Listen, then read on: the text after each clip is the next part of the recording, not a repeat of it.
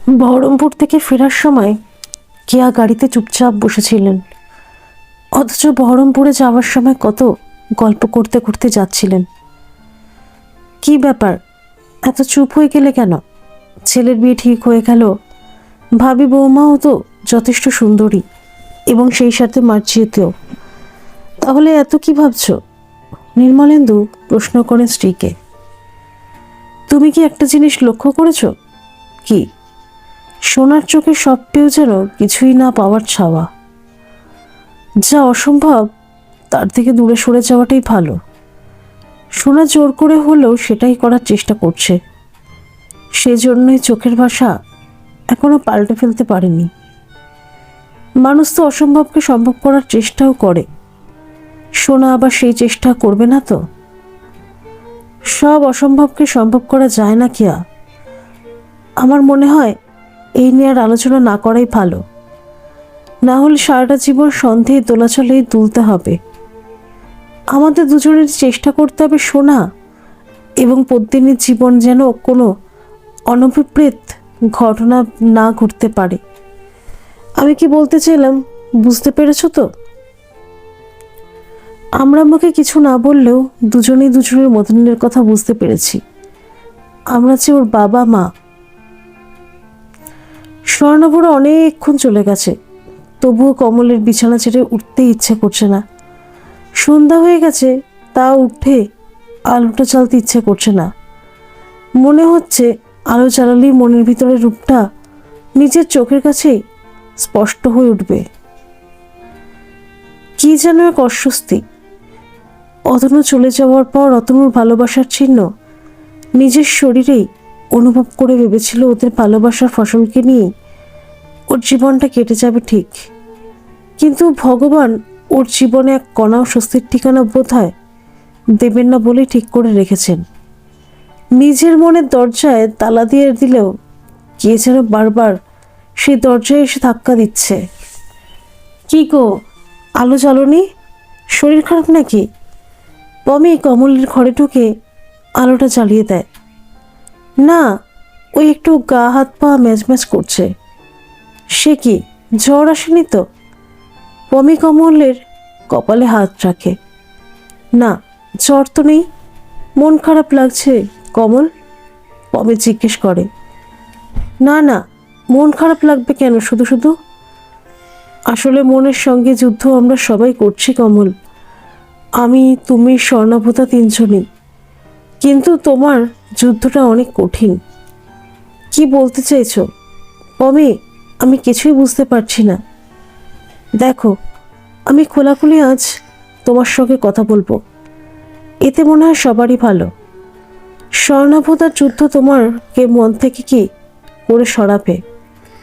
আমার যুদ্ধ স্বর্ণভূতার মনে জায়গা করে নেওয়ার, আর তোমার যুদ্ধ মন জুড়ে অতনু থাকলেও সেখানে আরেকজনের করাঘাত তোমাকে সারাক্ষণ তাড়া করে বেড়াচ্ছে। কি ঠিক বললাম তো? কমল কোনো কথার উত্তর দেয় না, শুধু দু চোখ দিয়ে অবিরামভাবে নোনা জলের ধারা গালবে, চিবুকবে, একেবারে হৃদয়ে গিয়ে জমা হতে থাকে। কমল, তুমি নিজেকে এর জন্য দোষী ভেবো না, এরকমই হয়। তোমার নিস্তরঙ্গ জীবনে তুমি স্বর্ণভূতার চোখে তোমার ছায়া আবেগ দেখেছিলে, ভালোবাসা দেখেছিলে। স্বাভাবিকভাবেই তুমি কিছুক্ষণের জন্য হলেও বিহ্বল হয়ে পড়েছিলে। তোমার মনেও একটা সূক্ষ্ম আবেগের সৃষ্টি হয়েছিল, একটা না বলা ভালোবাসার জন্ম হয়েছিল, এবং এখনো সেটা আছে, অন্তত আমার তাই ধারণা।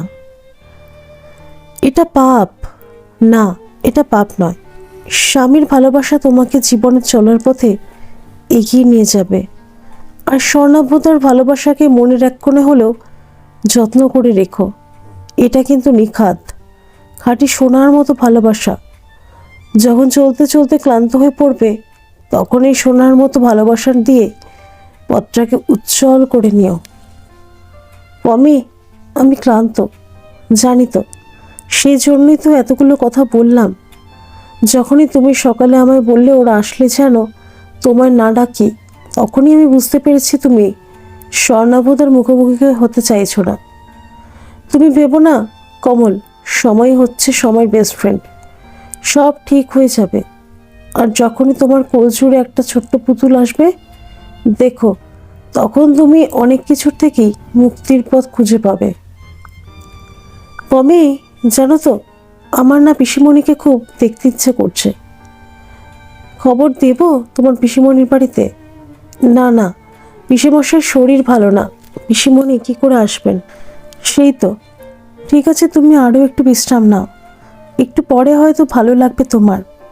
আমি বড় লাইটটা নিভিয়ে ছোট আলোটা জ্বালিয়ে দিয়ে যাচ্ছি। পমি ঘরের আলো নিভিয়ে দিয়ে চলে যায়। মেজদি, আমার না কমলের জন্য মনটা খুব খারাপ লাগছে। মনে হচ্ছে মেয়েটা কোনো কারণে খুব কষ্ট পাচ্ছে। রাতের খাবার জোগাড় করতে করতে উমা মেজুজা কল্যাণীকে বলেন, আসলে কয়েকদিন হলো দেখিস না তো, তাই তোর মনটা এত খারাপ লাগছে। রোজ ফোন করিস তো সকালে? হ্যাঁ করি তো, তবে আজকে করা হয়নি। আর ওঝা চাপা মেয়ে, বুক ফাটবে তবু মুখ ফুটবে না। এক কাজ কর, কাল সকালে জলখাবার খেয়ে 9টা নাগাদ বহরমপুরে যা একবার। 1.5 ঘন্টার বেশি তো আর সময় লাগবে না। যদি ইচ্ছে হয় তাহলে রাত্রিটুকু থেকে আবার পরের দিন সকালে বাসে চলে আসিস। এখন ঠাকুরপো অনেকটি সুস্থ, ও আমি দেখে রাখতে পারবো। রাতে মহিম ঠাকুর ঘরে শোবে না হয়? বর্দা, বর্দিকে তো বলতে হবে। সে আজ রাতে খাওয়ার সময় বলিস। রাতে অমরেন্দ্র বিনেন্দ্রর খাওয়া হয়ে গেলে 3 যা একসঙ্গে খেতে বসে। বর্দি, আমি কাল সকালের বাসে বহরমপুরে যাব।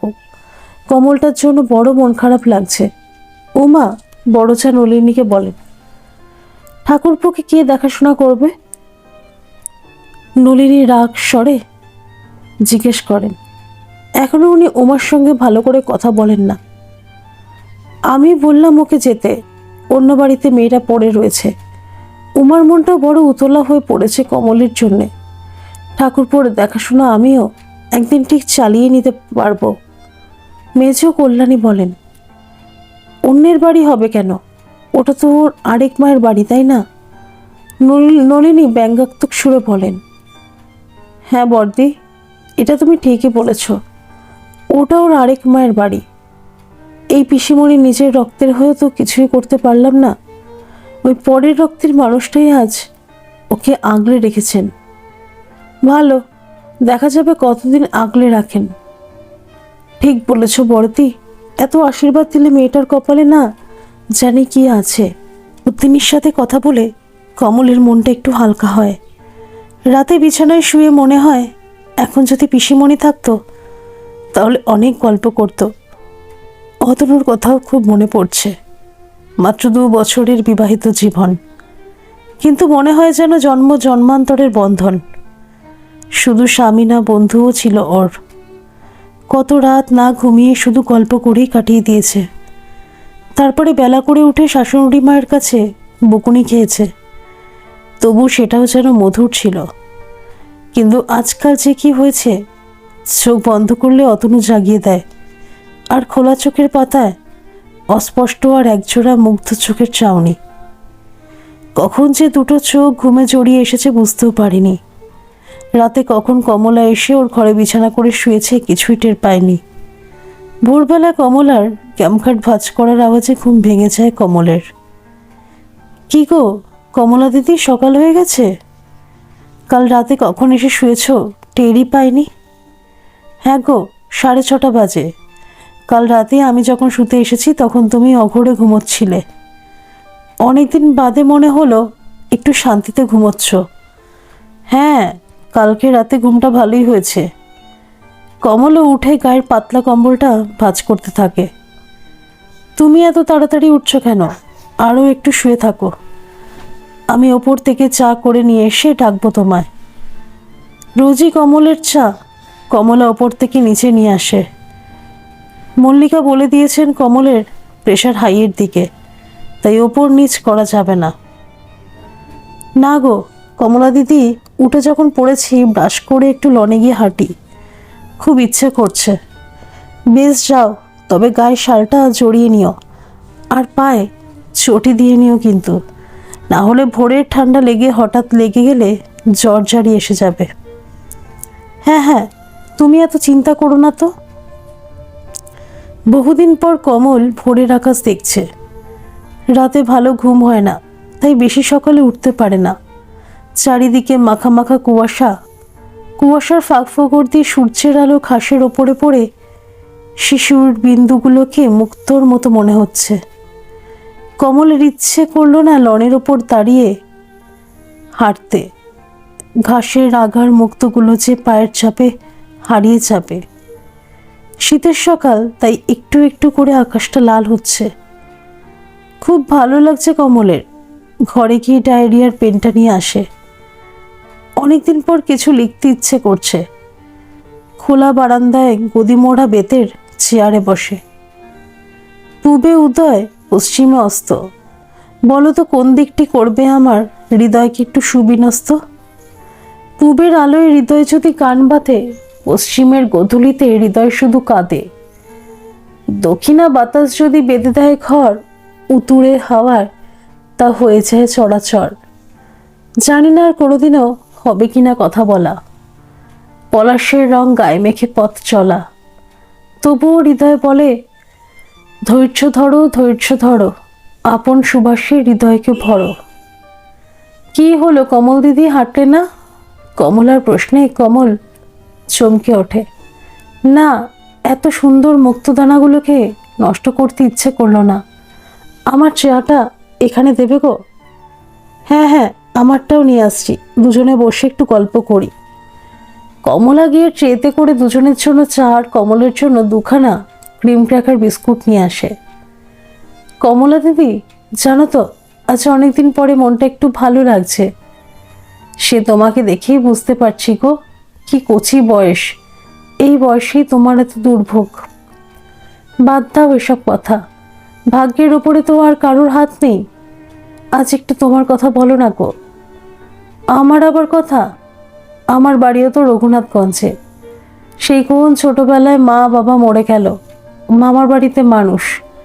মামা ক্লাস 8 অবধি পড়িয়ে বিয়ে দিয়ে দিল। বিয়েটা মামা খারাপ দিয়েছিল না গো, কিন্তু কপালে যদি সুখ না থাকে তাহলে কার কি করার আছে। আমি তখন 3 মাসের পোয়াতি, আমার স্বামীটাও মরে গেল ট্রেনে কাটা পড়ে। কেউ রইল না, সেই মামা বাড়িতেই আবার ফেরত গেলাম। এবারে আর মামি তত ভালো ব্যবহার করতে লাগলো না, খুব কাজ করাতো আমায় দিয়ে। একদিন কি রক্ত, প্রথমে বুঝতে পারিনি গো। তারপরে মামা মামি এই ডাক্তার দিদিমণির চেম্বারে নিয়ে এলো দেখাতে, কিন্তু তখন তো যা হওয়ার হয়েই গেছে, বাচ্চাটা নষ্ট হয়ে গেল। দিদিমণির গাড়িতে করে এই বহরমপুর হসপিটালে নিয়ে এসে পরিষ্কার করানো হলো। আমি আর মামা বাড়িতে ফিরে যেতে চাইলাম না। তখন দিদিমণি আমায় এই বাড়িতে নিয়ে আসে। তা প্রায় 10 বছর হয়ে গেল।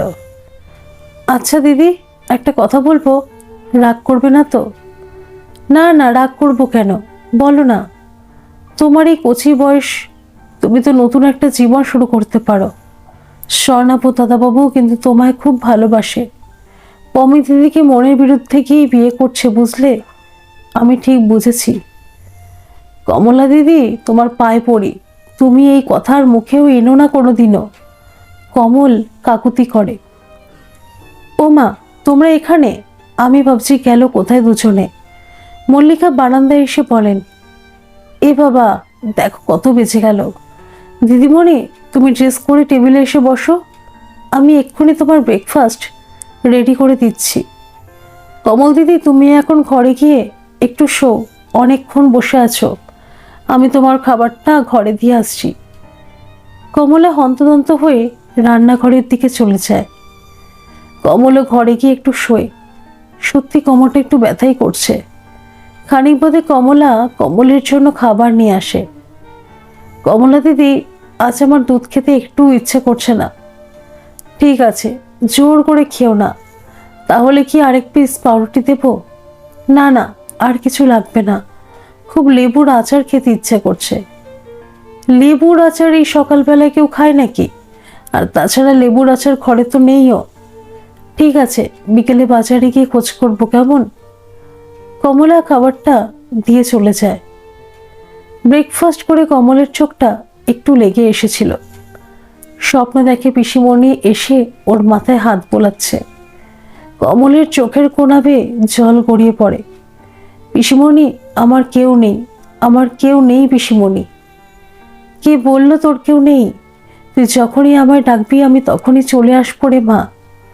কমলের কপালে হাত রাখেন উমা। কমল চমকে চোখ মেলে দেখে মাথার কাছে সত্যি উমা বসে আছেন। পিসিমণি, তুমি কোথা থেকে? মানে তুমি কি করে এলে? আমার মেয়েটা আমায় ডাকছে আর আমি আসবো না? আমি আজ সকাল 8টার বাস ধরেই এসেছি। কমল আনন্দে পিসিমণিকে জড়িয়ে ধরে কাঁদতে থাকে। আরে বোকা মেয়ে, কাঁদছিস কেন? আমি তো এসেছি, তুমি তো আবার চলে যাবে। দেখ মা, আমি একটা জিনিস ভেবে রেখেছি। এটা তো ডিসেম্বরের শেষ। বৈশাখ মাস মানে এপ্রিল মাস পড়লেই আমি তোর পিসেমশাইকে নিয়ে বহরমপুর একটা বাড়ি ভাড়া করে নিয়ে চলে আসব।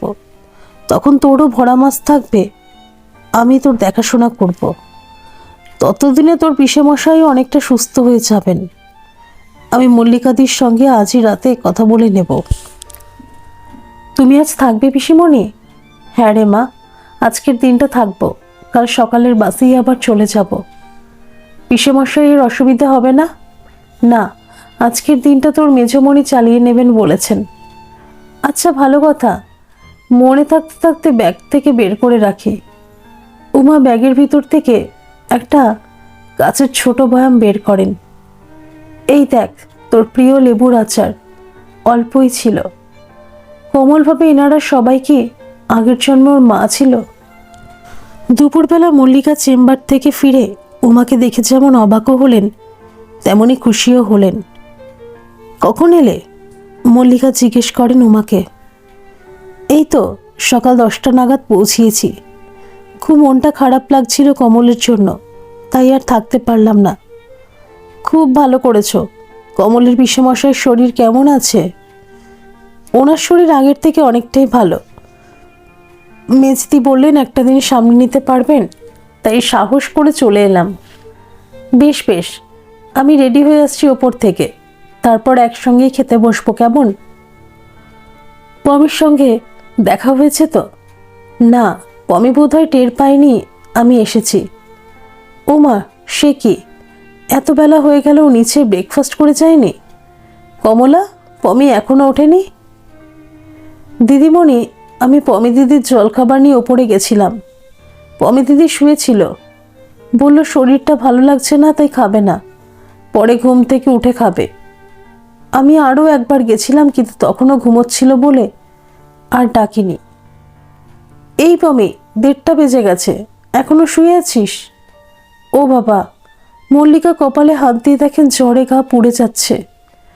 সঙ্গে সঙ্গে থার্মোমিটার দিয়ে দেখেন জ্বর প্রায় 103। কমল, উমা, কমলা 3জনই ওপরে উঠে এসেছে। দিদি, আপনি চিন্তা করবেন না, আমি এক্ষুনি মাথা ধুয়ে জলপট্টি দিয়ে দিচ্ছি, জ্বর নেমে যাবে। আপনি বরং জামা কাপড়টা ছেড়ে নিন। উমা কমলাকে জল, বালতি, মগ, তোয়ালে সব নিয়ে আসতে বলেন। আস্তে আস্তে তোয়ালিটা মাথার তলায় দিয়ে মাথায় জলের ধারা দিতে থাকেন। অনেকক্ষণ দেওয়ার পর পমি আস্তে আস্তে চোখ মেলে। প্রথমে জ্বরের ঘরে উমাকে চিনতে পারে না, তারপরে বুঝতে পেরে দুর্বল গলায় জিজ্ঞেস করে, পিমনি, কখন এসেছ? এই তো মা, সকালে এসেছি। এখন তুমি আর কথা বলো না, আমি মাথায় জলপট্টি দিয়ে দিচ্ছি, এক্ষুনি জ্বর নেমে যাবে। কমলা, তুমি পমির জন্য একটু গোবিন্দভোগ চাল আর মুগ ডাল দিয়ে পাতলা খিচুড়ি করে নিয়ে এসো তো, আমি মেয়েটাকে খাইয়ে দিই। কমলা খিচুড়ি করে নিয়ে এলে উমা পরম যত্নে পমিকে চামচ দিয়ে একটু একটু করে খাইয়ে দেন। কমল পমির মাথার তালুতে হাত পাখা দিয়ে হাওয়া করতে থাকে। খাওয়ার পর মল্লিকা একটা প্যারাসিটামল ট্যাবলেট খাইয়ে দেন মেয়েকে। উমা বলেন, দিদি আপনি আর কমল খেয়ে নিন আগে, তারপর আমি গিয়ে খাচ্ছি। মেয়েটার কাছে আমি ততক্ষণ বসছি। উমা ভাবেন শুধুই নিজের রক্তই না, পরের রক্ত আপন হয়ে যায় যদি আত্মার মিল হয়। সন্ধেবেলার দিকে ঘুম থেকে উঠে পমির অনেকটাই ঝরঝরে লাগে, তবুও চোখ বন্ধ করে পাশ ফিরে শুয়ে থাকে। হঠাৎ কপালে একটা হাতের ছোঁয়ায় চোখটা আস্তে আস্তে মেলে। কি হলো, জ্বর বাঁধালে কি করে? স্বর্ণাভ জিজ্ঞেস করে। তুমি কি করে জানলে? আমি এমনি এসেছিলাম, ম্যাম বললেন তোমার জ্বর, তোমার ঘরেই আসতে বললেন। কাকে দেখতে এসেছিলে স্বর্ণাভ দা? আমাকে। স্বর্ণাভ চুপ করে থাকে, কি উত্তর দেবে বুঝতে পারে না। সত্যি তো, ও কাকে দেখতে এসেছে। তুমি চুপ করে আছো ঠিকই, কিন্তু তোমার এই মৌনতা অনেক কথার উত্তর দিয়ে দিচ্ছে। পমি আস্তে আস্তে বলে। পমি, তুমি আমায় কিছুদিন সময় দাও, দেখবে সব ঠিক হয়ে যাবে।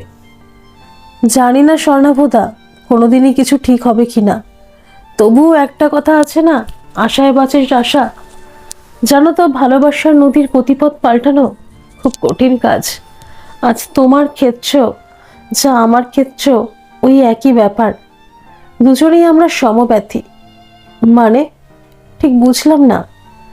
তুমি কমলিনীকে প্রাণের থেকেও বোধহয় বেশি ভালোবেসে ফেলেছ। আমিও তেমনি তোমাকে প্রাণের থেকেও বেশি ভালোবেসে ফেলেছি। না তুমি নিজেকে সরাতে পারবে, না আমি নিজেকে বোঝাতে পারবো। এই কেমন খেলায় ভগবান আমাদের ফেললেন বলো তো? পমি ক্লান্তিতে চোখ দুটো বুঝে ফেলে। স্বর্ণাভ ভাবে, সত্যি এই কেমন খেলা। খাটের কাছে চেয়ারটা একটু টেনে নিয়ে গিয়ে স্বর্ণাভ পদ্মিনীর কপালে হাতটা রাখে।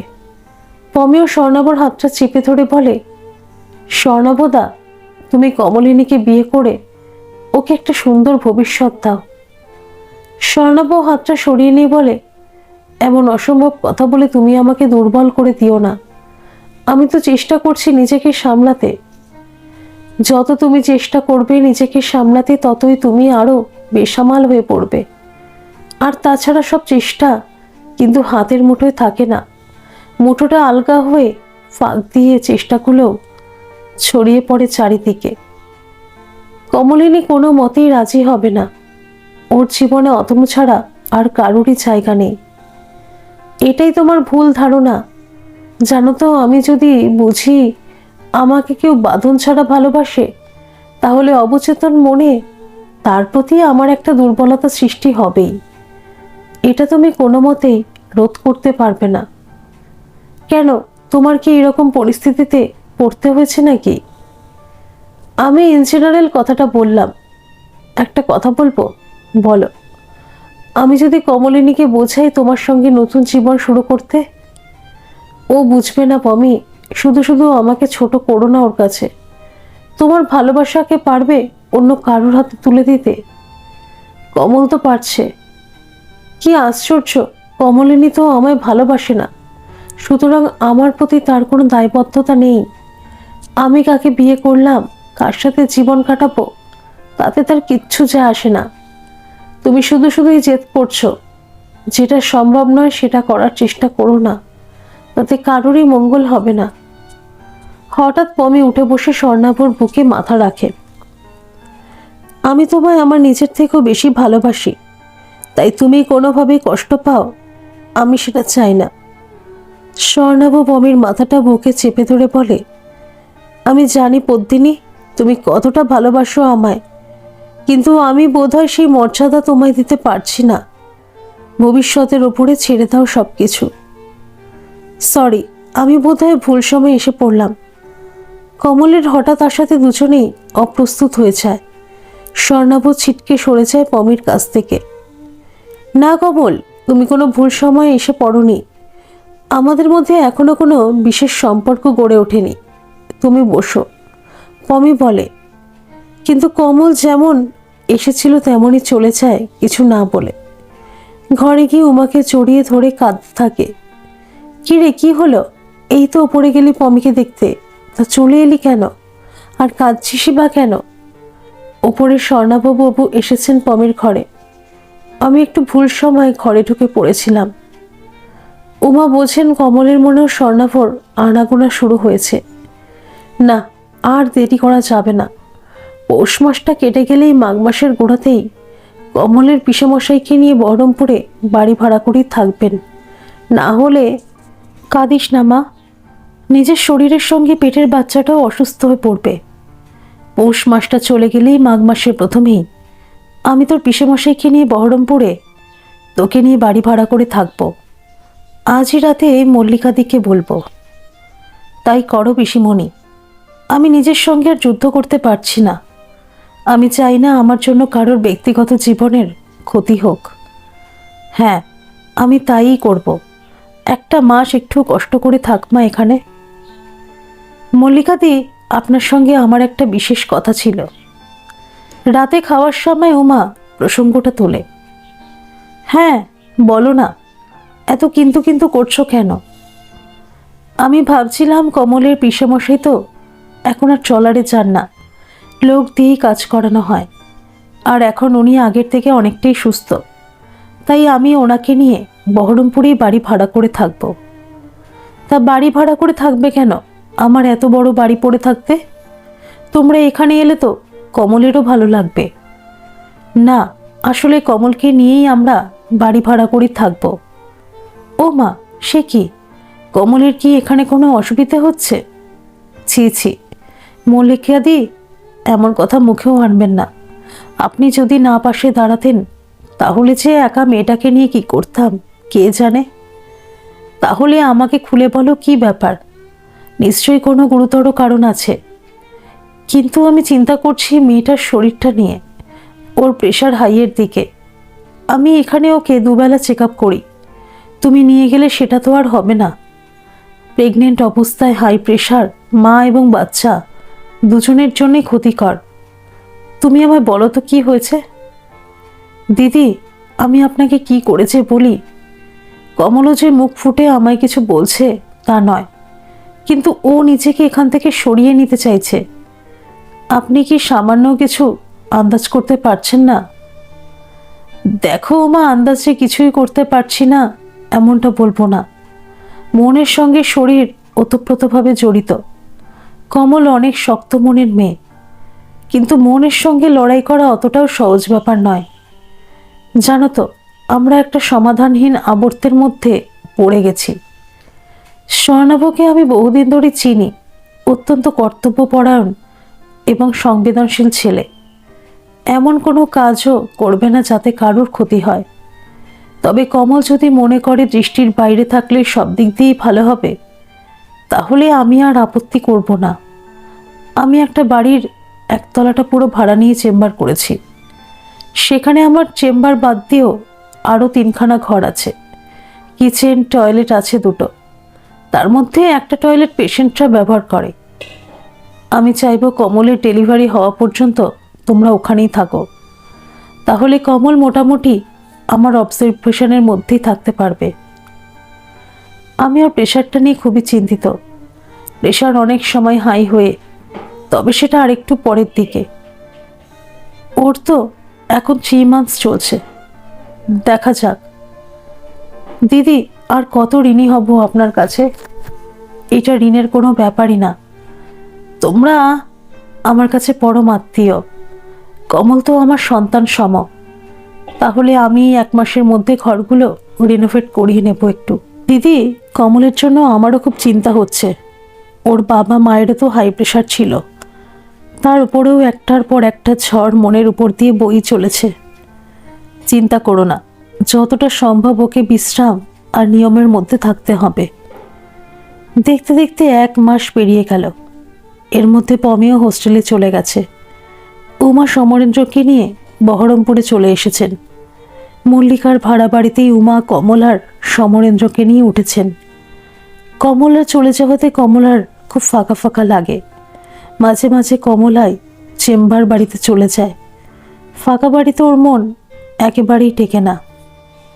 মল্লিকা একদিন উমাকে বললেন, এবারে তো হসপিটালে কমলের রেজিস্ট্রেশনটা করাতে হবে।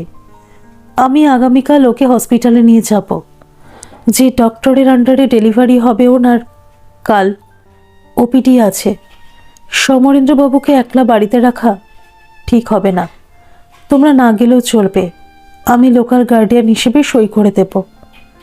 বেশ দিদি, আপনি যেটা ভালো বুঝবেন। বহরমপুর মেডিকেল হসপিটালে ডক্টর দিব্যেন্দু মাইতির আন্ডারেই কমলের রেজিস্ট্রেশন হলো। কমলকে ওপিডিতে একটু বসিয়ে রেখে মল্লিকা ডক্টর মাইতির সঙ্গে কমলের ব্যাপারে ছোট্ট একটা ডিসকাশন করতে আবার ঢুকলেন ওনার ঘরে। কি হলো, এভাবে মল্লিকা ম্যামের বাড়ি থেকে চলে এলেন যে? কমল চমকে তাকিয়ে দেখে সামনে স্বর্ণাভ দাঁড়িয়ে আছে। আপনি কি মামনির যাওয়ার অপেক্ষা করছিলেন? ভুলে যাবেন না, এটা ওপিডি। আমাদের সব ডক্টরদেরই এখানে নির্দিষ্ট দিনে আউটডোর থাকে। আজ এবং বুধবার আমার আউটডোর। আমার নিজেকে খুব অপরাধী মনে হচ্ছে যে আমার জন্যে আপনাদের বাড়ি ছাড়তে হলো। আমি কিন্তু সেদিন পদ্মিনীর সাথে কোনো অশোভন কাজে লিপ্ত ছিলাম না। আমার পক্ষে সেটা সম্ভবও নয়। কারণটা আপনার অজানা নয়। তবুও আপনি সেদিন কথার কোনো উত্তর না দিয়ে আমাকে ভুল বুঝে চলে গেলেন। আমি কাউকে ভুল বুঝিনি, আর তাছাড়া আমি কোন অধিকারে ভুল বুঝব? আমি একজনের বিধবা স্ত্রী। বারবার আপনি নিজেকে বিধবা বলে কি প্রতিপন্ন করতে চান যে আপনাকে কারোর ভালোবাসার অধিকার নেই? দেখুন, এত তর্ক বিতর্কের মধ্যে আমি যেতে চাই না। আমার মনে হয়েছে যে আমার ওখানে থাকাটা আর ঠিক নয়, তাই আমরা চলে এসেছি। এতে তো আপনার কোনো অসুবিধা হওয়ার কারণ নেই। সেটাই তো বলবেন। নির্লজ্জের মতো তাও বলছি। যখন যেতাম তখন তো অন্তত চোখের দেখাটাও একটু দেখতে পেতাম। এটা অন্যায় স্বর্ণাভবাবু। আপনি একজনের জন্য গিয়েও আরেকজনের প্রতি আপনার মন পড়ে থাকবে, এটা ঠিক নয়। কোনো মতেই ঠিক নয়। দুই নৌকায় পা দিয়ে চলা যায় না। এ কি, আপনি এত হাঁপাচ্ছেন কেন? কমল এলিয়ে পড়তে পড়তে স্বর্ণাভ কমলকে ধরে নেয়। তাড়াতাড়ি করে পাজা কোলা করে ডক্টর মাইতির ঘরে নিয়ে ঢোকে। এ কি, কি হয়েছে ওর? মল্লিকা ভয়ার্ত কণ্ঠে চিৎকার করে ওঠে। ডক্টর মাইতি প্রেশার মেপে দেখেন খুব হাই হয়ে গেছে প্রেশার। একটু আগেই তো মাপলাম, এত হাই তো ছিল না।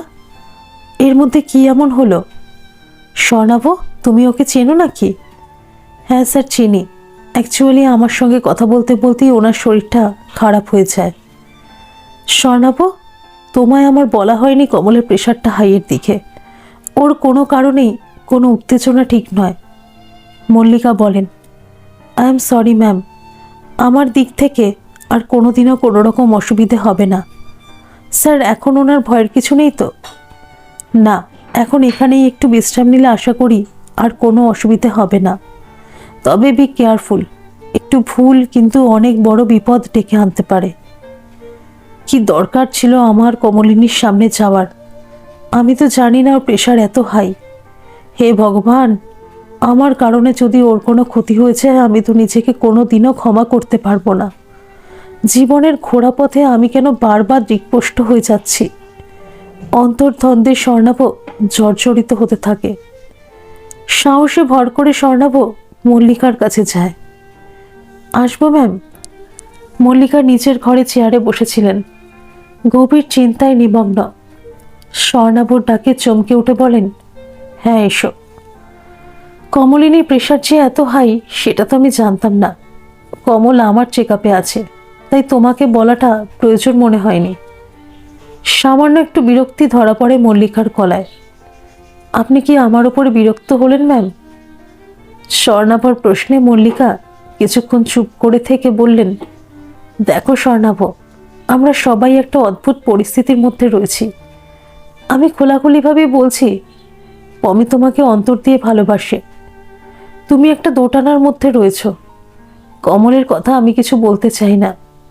জন্ম থেকেই মেয়েটা দুঃখ পেয়ে চলেছে, আর এখন তো একটা ক্রিটিক্যাল সময়ের মধ্যে থেকে তুমি এবং পমি দুজনেই বিচক্ষণ। যেটা সিদ্ধান্ত নেবে ভেবে চিনতে নেবে। এখানে কিন্তু তিনজনের জীবন জড়িয়ে আছে। এর থেকে আর বেশি কিছু আমার পক্ষে বলা সম্ভব নয়। আমি কোনো মতেই চাই না আর সামান্য কোনো আঘাতেই কমলের শরীরের কোনো ক্ষতি হোক। স্বর্ণাভ বোঝে কমলের এই হঠাৎ শরীর খারাপের জন্য মল্লিকা পরোক্ষভাবে স্বর্ণাভকেই হয়তো দায়ী করছেন। কিন্তু কি করবে স্বর্ণাভ?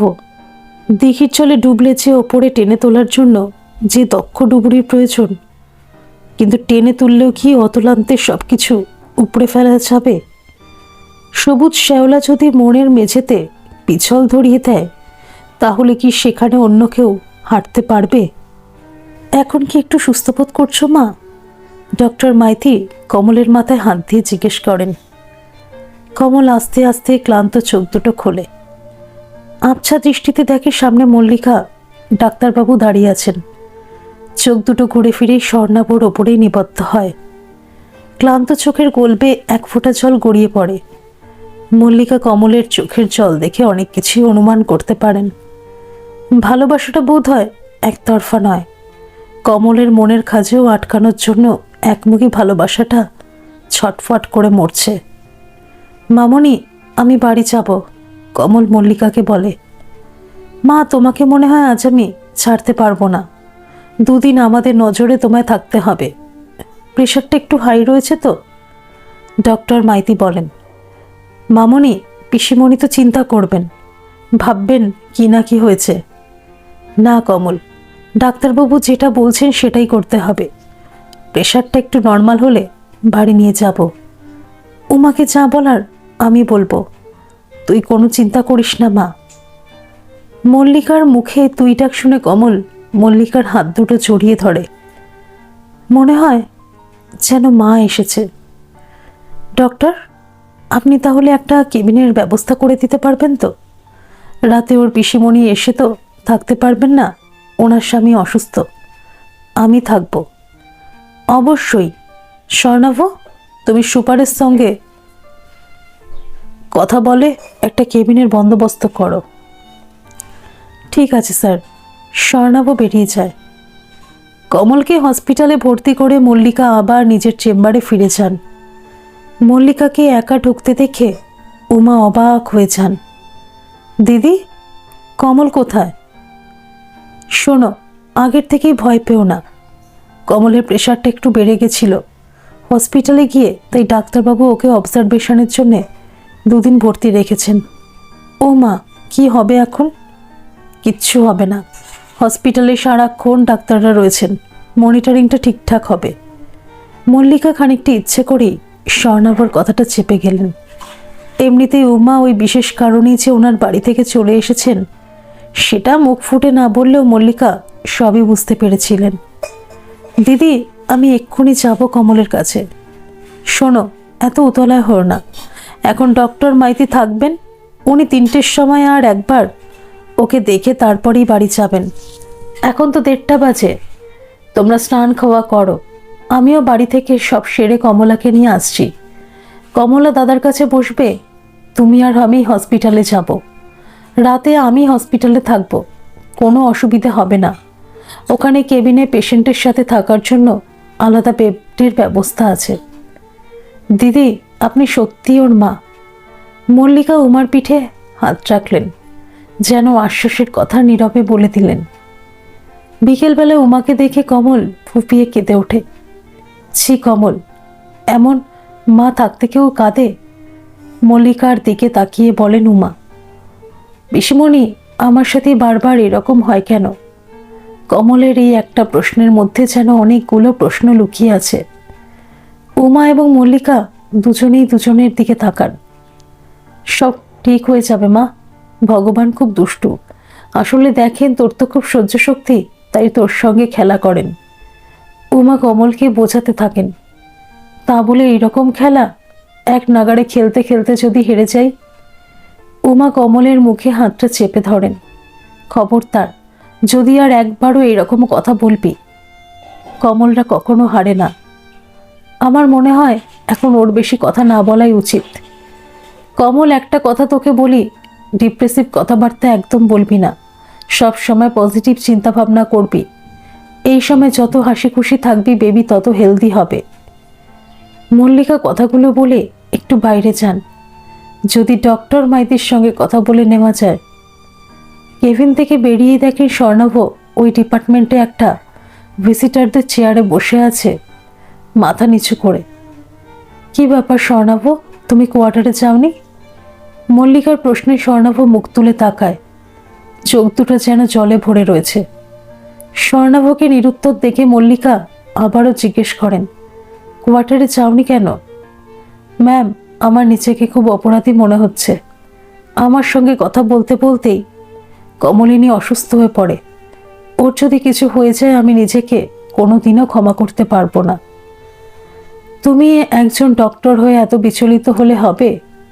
তুমি তো সত্যিই জানতে না যে কমলের প্রেশারটা হাই হয়ে যাচ্ছে বারবার। এখন কোনো রকম উত্তেজনা ওর পক্ষে ঠিক নয়। যাই হোক, তোমার সঙ্গে কমলের কি কথা হয়েছিল সেটা আমি জানতে চাই না, তবে তোমার সঙ্গে আমার কিছু কথা আছে। কমলকে হয়তো 2 দিন রেখে ছুটি দিয়ে দেবেন, অর্থাৎ আজ সোমবার, সম্ভবত বুধবার বা বৃহস্পতিবার ছুটি দেবেন। তুমি শুক্রবার দিন সন্ধ্যাবেলায় আমার বাড়িতে এসো। একসঙ্গে বসে কফি খেতে খেতে কিছু গুরুত্বপূর্ণ আলোচনা সেরে নেব। বুধবার দিনই কমলের প্রেশার স্টেবল আছে দেখে ডক্টর মাইতি কমলকে কিছু বিশেষ নির্দেশ দিয়ে ছুটি দিয়ে দেন। মল্লিকার কথা মতো স্বর্ণাভ শুক্রবার দিন সন্ধ্যাবেলায় মল্লিকার বাড়িতে যায়। মল্লিকা নিজে হাতে কফি বানিয়ে বসেন। কিছুক্ষণ চুপ করে থেকে মল্লিকা শুরু করেন, স্বর্ণাভ, তোমার এবং পমির বিয়েটা তোমার বাবা মায়ের এবং আমার ইচ্ছেতেই ঠিক হয়েছে। আমি জানি পমি তোমাকে এতটাই ভালোবাসে যে ও তোমার থেকে কিছু না পেলেও, ভালোবাসা না পেলেও তোমার সঙ্গে জীবন কাটাতে একটু অস্বীকার করবে না। বাট আমি মা হিসেবে নিশ্চয়ই সেটা চাইবো না। আর সবচাইতে বড় কথা, নির্মলেন্দুদা তোমার কোনো মতামত বা তোমার কি ইচ্ছে না জেনেই আমার সঙ্গে কথা বলেছিলেন। যাই হোক, যেটা আসল কথা, আমি এবং কমলের পিসিমণি দুজনেই অভিজ্ঞ ব্যক্তি। আমাদের দুজনেরই অভিজ্ঞ চোখে তোমার মনের খানিকটা হলেও পড়তে পারছি। স্বর্ণাভ অবাক দৃষ্টিতে মল্লিকার দিকে তাকিয়ে থাকে। ভালোবাসা পাপ নয়, ভালোবাসা একটা পবিত্র জিনিস। তুমি কমলকে ভালোবাসো, ঠিক বলছি তো? হ্যাঁ, আমি কমলিনীকে ভালোবাসি, কিন্তু কমলিনী আমায় ভালোবাসে না। তুমি কি করে বুঝছো যে কমল তোমায় ভালোবাসে না? এগুলো বলতে হয় না ম্যাম, বোঝাই যায়। তোমার সঙ্গে পমির কি কথা হয়েছে? পমি আমায় হেল্প করবে বলেছে। কিসের জন্য হেল্প? মানে যাতে তুমি কমলিনীকে ভুলে যাও, তাই তো? তোমরা এখনো ছেলে মানুষ, ওই রকম ভাবে কাউকে ভোলানো যায় না।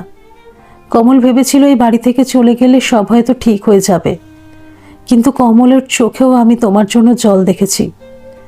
আমার মনে হয় তোমার আর পমির বিয়েটা না হওয়াই ভালো। এতে পমি হয়তো খুব কষ্ট পাবে, কিন্তু সারা জীবন কিছু না পাওয়ার বোঝা টানতে হবে না। কিন্তু আমার মা বাবা, ওনাদের বোঝানোর দায়িত্ব আমার। জানি না তোমার সঙ্গে কমলের জীবন শুরু হবে কি না, তাও বলবো তোমার এবং পমির বিয়েটা না হওয়াই ভালো। পমিকে আমিও ঠকাতে পারবো না। আপনি নিজেই কথাগুলো বলে ব্যাপারটা অনেক সহজ করে দিলেন। না হলে হয়তো সত্যি আমাদের জীবন নষ্ট হয়ে যেত। কমলিনীকে পাই বা না পাই, আমার পক্ষে ওকে ভোলা সম্ভব নয়। আমি জানি স্বর্ণাভ, তুমি কতটা ভালোবাসো ওকে। পমির সঙ্গে তোমার বিয়ে না হলেও আমার আশীর্বাদ তোমাদের উপরে সবসময় থাকবে। God bless you. স্বর্ণাভ চলে যায়। মল্লিকা এভাবে বসে থাকেন। কি ভেবেছিলেন আর কি হয়ে গেল? পমির সঙ্গে আলোচনা না করেই তো উনি স্বর্ণাভর সাথে কথা বললেন। এখন পমির মুখোমুখি কি করে দাঁড়াবেন? তবে আজীবন কষ্ট পাওয়ার থেকে প্রথমেই যদি কষ্টের বোঝাটাকে একটু একটু করে লাঘব করতে থাকে, তাহলে সেটাই মনে হয় ভালো হবে। মা হয়ে নিজের মেয়ের প্রথম ভালোবাসার স্রোতকে মোহনায় গিয়ে মিশতে দিলেন না। অসম্ভব কষ্ট বুকের ভিতরে বয়ে বেড়াতে লাগলো। 2 চোখ দিয়ে অবিরাম জলধারা। কেঁদো না দিদি। পিঠে মৃদু হাতে স্পর্শ পেয়ে মল্লিকা পিছন ফিরে তাকিয়ে দেখেন কখন কমলা এসে দাঁড়িয়েছে পিছনে। তারও চোখ দুটো জলে ভরা। পারলাম না কমলা স্বার্থপর হতে। জানি তো দিদি তুমি পারবে না। তোমার মতো মানুষ কি পারে অন্য কারোর চোখের জল দেখতে? অন্য কারোর নয়, কমলও যে আমার নিজের সন্তান হয়ে গেছে কখন বুঝতে পারিনি। পমি কমল দুজনেই বুদ্ধিমতী, দুজনেই দুজনের জন্য ত্যাগ স্বীকার করবে, কিন্তু এতে তো 3টে জীবনই নষ্ট হয়ে যাবে। পমি ঠিক নিজের পথ খুঁজে নিতে পারবে।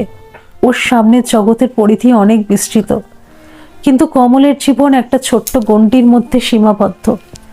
আমি চাই স্বর্ণাভ সেই সীমানাটাকে আরও বিস্তৃত করুক। কমলের জীবনে সুখের জোয়ার আনুক।